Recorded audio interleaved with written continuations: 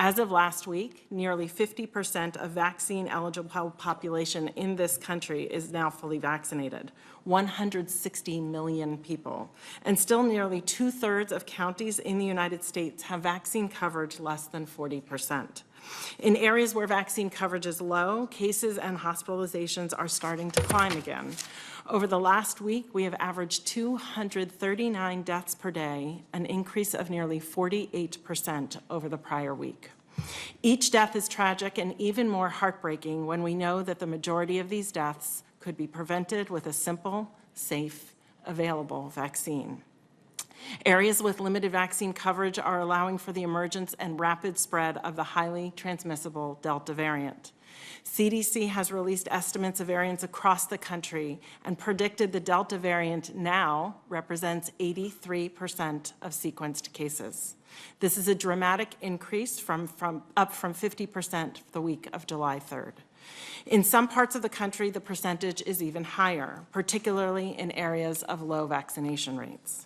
I think we fall into this flawed thinking of saying that only 400 of these 600,000 deaths from COVID-19 have been in children.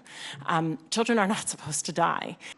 Our work did not end with the authorization of these vaccines, though. We have to share as much information as we can with the public to help with trust and transparency. Messages from public health experts won't be followed if Americans don't believe in the experts.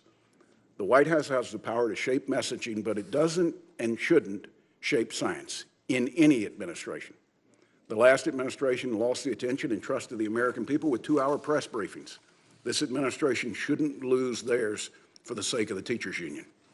We need to know what we're being told by experts is the unvarnished truth. I think people need to appreciate, when you talk about breakthrough infections, that the original data from the clinical trial, the efficacy data, was based on preventing clinically apparent disease, not preventing infection such as asymptomatic infection.